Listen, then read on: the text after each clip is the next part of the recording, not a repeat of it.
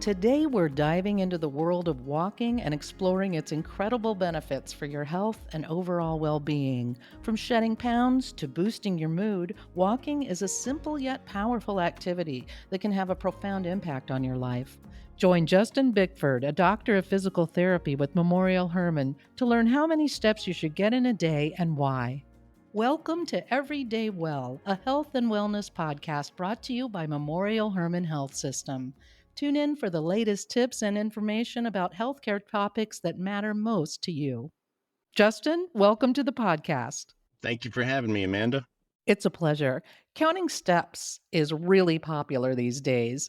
What is the recommended daily step goal for most people? 5,000 steps a day is the recommended goal. Now, if you are a little bit more athletic, or if you are somebody that walks recreationally, you may be able to get up to 10,000. So 10,000 is a great goal to shoot for, but for the general public, 5,000 steps is a great place to be. Now, if you are under 5,000 or you want to increase your step count, what is the safe and healthy way to do that? If your city is a walkable city, sometimes you have the opportunity to walk along sidewalks, so to walk out in nature. Your neighborhood might have sidewalks. But if you don't have that kind of setup where you live, you can also do it in an air-conditioned environment, like a mall. Go into the mall before the mall opens. You can walk around there to get your step count up. But let's say you don't have a mall close by and you are somebody that works from home. You can get your step count up within your own home by every time you need to go to the bathroom or go to the kitchen, just make a lap around your house.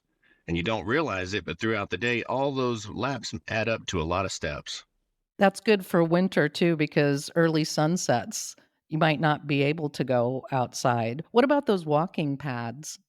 Those walking paths work really great. If you have access to them, I encourage you to use them. It's a little more therapeutic to get your step count up in nature than it is to get it in your home. So I say if you got it, that's a great place to go do it. Yeah, so terrain plays a bit of a role here. If you're outside, you're on different terrain. If you're on a walking pad or even in your house, you're probably on more even terrain. Does that make a difference in your step count?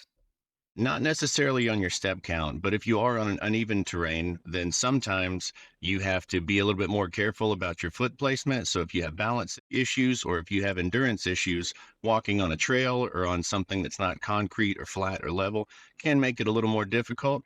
But if you walk with a walking stick or something like that, you can always find ways to make it work. Okay. There's conflicting information out there about the difference between walking and running and how that relates to calorie burn. Is there a significant difference between walking and running? Well, there's not a significant difference in the calories burned. The only variable in that equation is typically going to be the time that it takes you to do it. You can typically run a mile or jog a mile a lot faster than you can walk a mile. With running and with jogging, you get your heart rate up, so you do get more cardiovascular benefits from it. But if you're just talking about burning calories, walk that mile, run that mile, jog that mile, same amount of calories burned. Is walking a little easier on the body?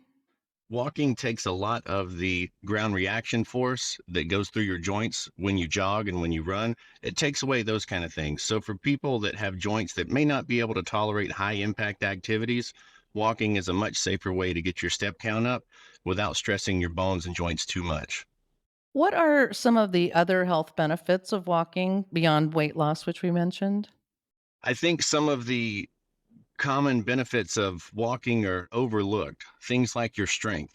So your strength is basically how much force your muscles can produce. So like if you've ever heard of a 1 rep max, how much can you bench press? How much can you squat? That's a measure of strength. So walking improves your strength. It can also improve your endurance. And your endurance is how long your muscles can produce that force without getting tired. So in grocery stores, they typically put the milk at the very back of the store. So can you walk all the way to the back of the store to get the milk and then walk all the way back to the front without having to take a rest break? That's endurance. The third component to that is power. And your power is how fast your muscles can produce that force. So for example, if you're in the grocery store and somebody bumps into you, how quick can you step to the side to catch your balance without falling over? Now, with walking, your strength, your power, and your endurance are very valuable, but the thing that all of those parts contribute to is your balance. And so, one of the biggest benefits of walking recreationally is your balance to keep you off the floor. How does walking improve balance and reduce the risk of falls? It increases the integrity and the resilience of the muscles to do their job more efficiently without getting as tired. It's kind of like if you haven't done squats in a while and then you do squats, your legs get tired, they sometimes get wobbly, it can be hard to climb stairs. If your muscles can't do their job, your likelihood of falling skyrockets. And that's definitely one of the things that can increase your risk for fractures or for traumas is if you lose your balance and you fall down to the floor, life gets a lot harder for you. And it's harder to get back to where you were after a fall, too. That's exactly right. So, strength, endurance, power, it seems to me that walking should contribute to perhaps a longer lifespan, does it? It does. The research shows us that when you fall, you have an increased likelihood of breaking your wrist, kind of putting your hands out to brace yourself, or breaking your hip. So, did your hip break and then you fell, or did you fall and then break your hip? Regardless, those kind of fractures can decrease your lifespan. It makes it harder to recover from it, and then it makes harder to get back to that level of intensity with walking afterwards. So, the best way to keep yourself off the operating table is to keep yourself off the floor. Yeah, that sounds like a good policy. Let's talk about pre walking. In other words, how do you prepare for a walk? Is stretching before walking necessary like it is before running? Well, stretching is important for the right person. Now, not everybody needs to stretch before they exercise. So, for example, you probably have friends or family members that can touch their palms to the floor. And you probably have friends or family members that can't put their hands on their knees because they're so tight.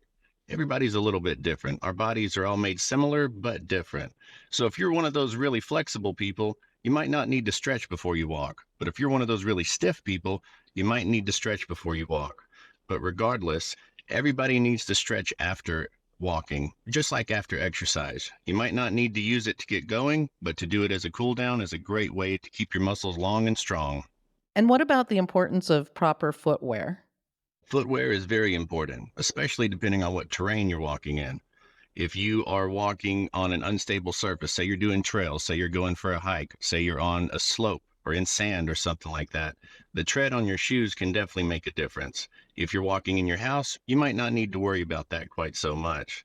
But your shoe wear is one of those things that we don't give enough credit to, but shoes typically last around 500 miles.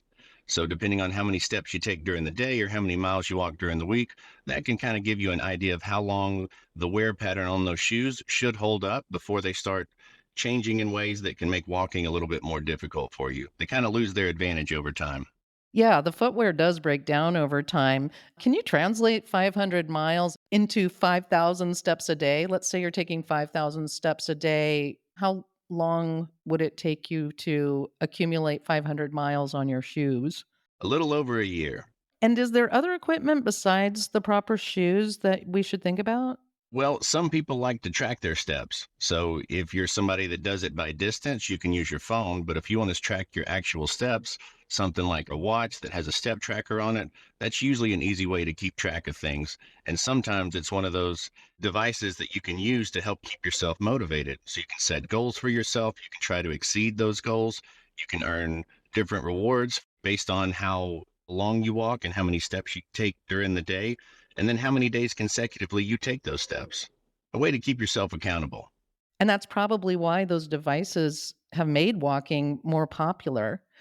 That's a great strategy to find motivation. Do you have other strategies to motivate to walk regularly? I think if you have somebody that can walk with you, somebody else that can hold you accountable, that makes a big difference. When you're starting an exercise routine, whether you're walking or going to the gym, it can be kind of intimidating. It can be easy to find reasons not to do it rather than finding reasons to do it. But if you have somebody that you're walking with recreationally, they can hold you accountable so that you show up on time, so that you're there. If you don't show up, they may be asking you, hey, is everything okay? We had a consistent date of walking at, say, 9 a.m. 3 times a week, and you didn't show up. Is everything all right? So the social aspect of that is kind of undervalued as well. Plus, while you're on those walks, that's a chance for you to talk to that person. And if you're talking about other things besides walking, you won't realize how many steps you accumulate while you're doing it. So it makes it a lot less stressful when you're not focused directly on it. That's so true. I went on a 10-mile hike and I didn't think I could make it. I hadn't realized it was that far, but the leader talked to me the entire time, and I was really happy that I could make it through that way. Yeah, it makes it a lot easier. If you can overcome the 6 inches between your ears, you can overcome anything. Well, Justin, thank you for your insights and tips on how to use walking to its fullest potential to enhance our health and quality of life. No problem. Thank you for having me. Justin Bickford is a doctor of physical therapy with Memorial Hermann. To learn more about Memorial Hermann sports medicine and rehabilitation, visit the Memorial Hermann website at mhhs.org/physical therapy. If you found this podcast helpful, please share it on your social channels and be sure to check out the entire podcast library for topics of interest to you. Thank you for listening to this episode.